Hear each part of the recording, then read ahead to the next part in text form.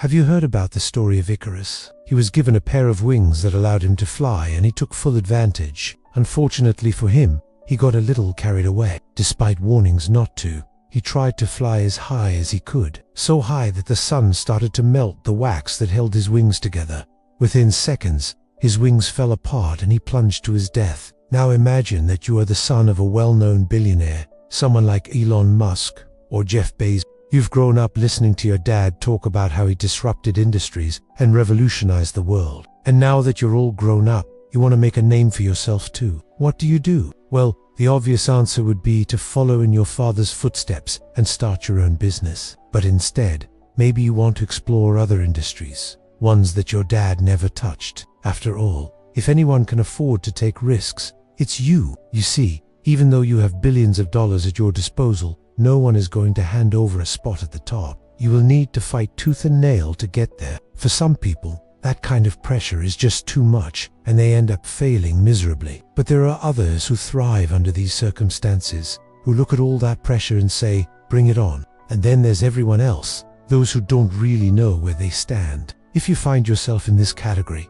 don't worry, because today we're going to tell you all about them. We're going to tell you the untold story of modern LTCM and everything in between. So sit tight and get ready, because this is a story worth telling. Long-Term Capital Management, or LTCM, was an American hedge fund that was founded by some of the brightest minds in the industry. We're talking about Nobel Prize winners here. Their investment strategies were centered around finding inefficiencies in the market and making a profit off of them. For example, they would borrow money at low interest rates and invest it into assets that had a higher risk, but also offered a higher return. This strategy worked really well, and the company quickly grew to manage $125 billion in assets. But all that success came crashing down in 1998 when the Russian government defaulted on its debt. This event triggered a chain reaction that caused the value of LTCM's assets to plummet. In a matter of months, the company lost 90% of its value and was on the brink of bankruptcy. If it weren't for a bailout from its rival companies,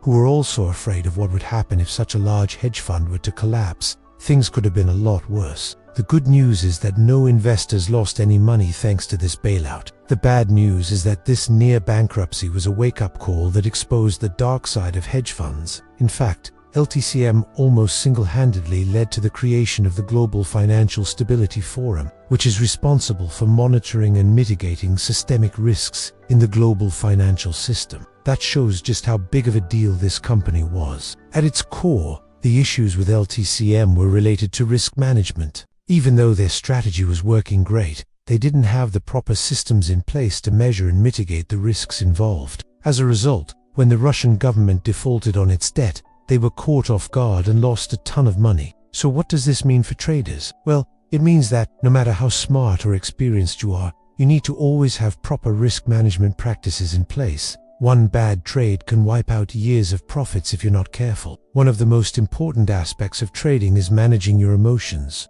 You need to be able to separate your ego from your trading and make decisions based on the charts and your trading plan rather than how you feel personally. Otherwise, you will be at the mercy of your emotions and will not be able to succeed in the long run. This is especially true for those who trade with leverage, as it can magnify both profits and losses. And let's face it, no one wants to lose more money than they can afford to. A prime example of this is the story of a certain trader who lost $70 million in a single day due to a poorly placed trade. Just think about that for a second. Someone made a mistake that cost them the equivalent of 10 average American salaries in a year. It just goes to show that trading is not for the faint of heart. It takes a lot of discipline, patience, and emotional control to succeed in this field. So let's go back to our hypothetical situation with Elon Musk's son. Let's assume he decides to go against his father's legacy and invest in the tech industry. Now, being the billionaire's son, he's got a lot of advantages, such as having access to the best schools,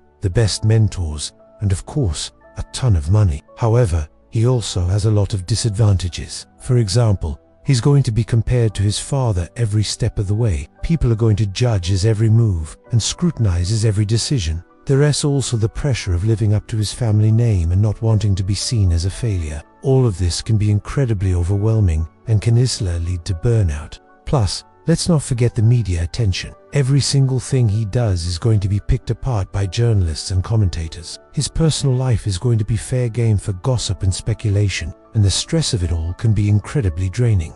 But let's be real. If Elon Musk's son is anything like his dad, he's probably used to this type of scrutiny. In fact, he might even thrive in it. That's why it's important to remember that trading is not just about the numbers, it's also about the mental game. You need to be able to handle the stress and pressure of trading without letting it affect your judgment. This is especially important if you're trading with leverage. Leverage can amplify both profits and losses, which means that you need to be able to keep a clear head no matter what. So if you're thinking about becoming a trader, just know that it's not all sunshine and rainbows. Sure, it can be exciting and profitable, but it's also incredibly stressful and emotionally draining. It takes a special kind of person to be able to handle the pressure and come out on top. We haven't even mentioned the competition. Trying to become the biggest hedge fund manager out there is like trying to win the lottery. There are so many variables at play that it's impossible to predict with certainty whether or not you'll come out ahead. However, if you're willing to put in the work and learn from your mistakes,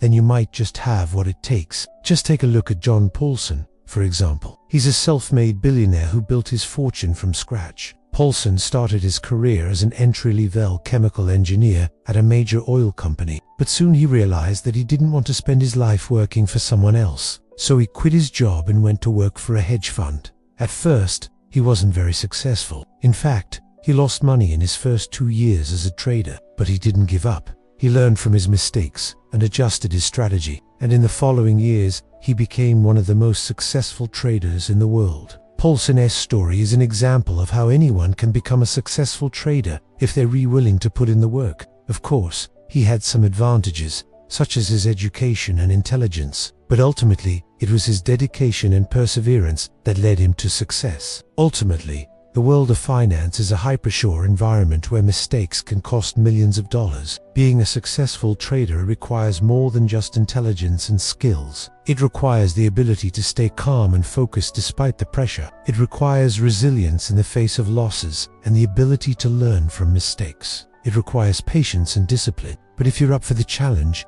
if you're ready to put in the work and learn from your losses, then the world of finance could be the perfect place for you. You may even find that you have what it takes to be the next billionaire hedge fund manager. Who knows? Maybe you're the next Warren Buffett or Ray Dalio. Or maybe you'll end up starting your own company and disrupting an entire industry. The point is that the possibilities are really endless. And who knows, maybe someday you'll be the one telling the stories of modern-day legends. Until then, though, you can learn from their stories and strive to be the best trader you can be. That said, if you enjoyed this video, then check out our other videos as well. We're sure you'll find something that interests you there too.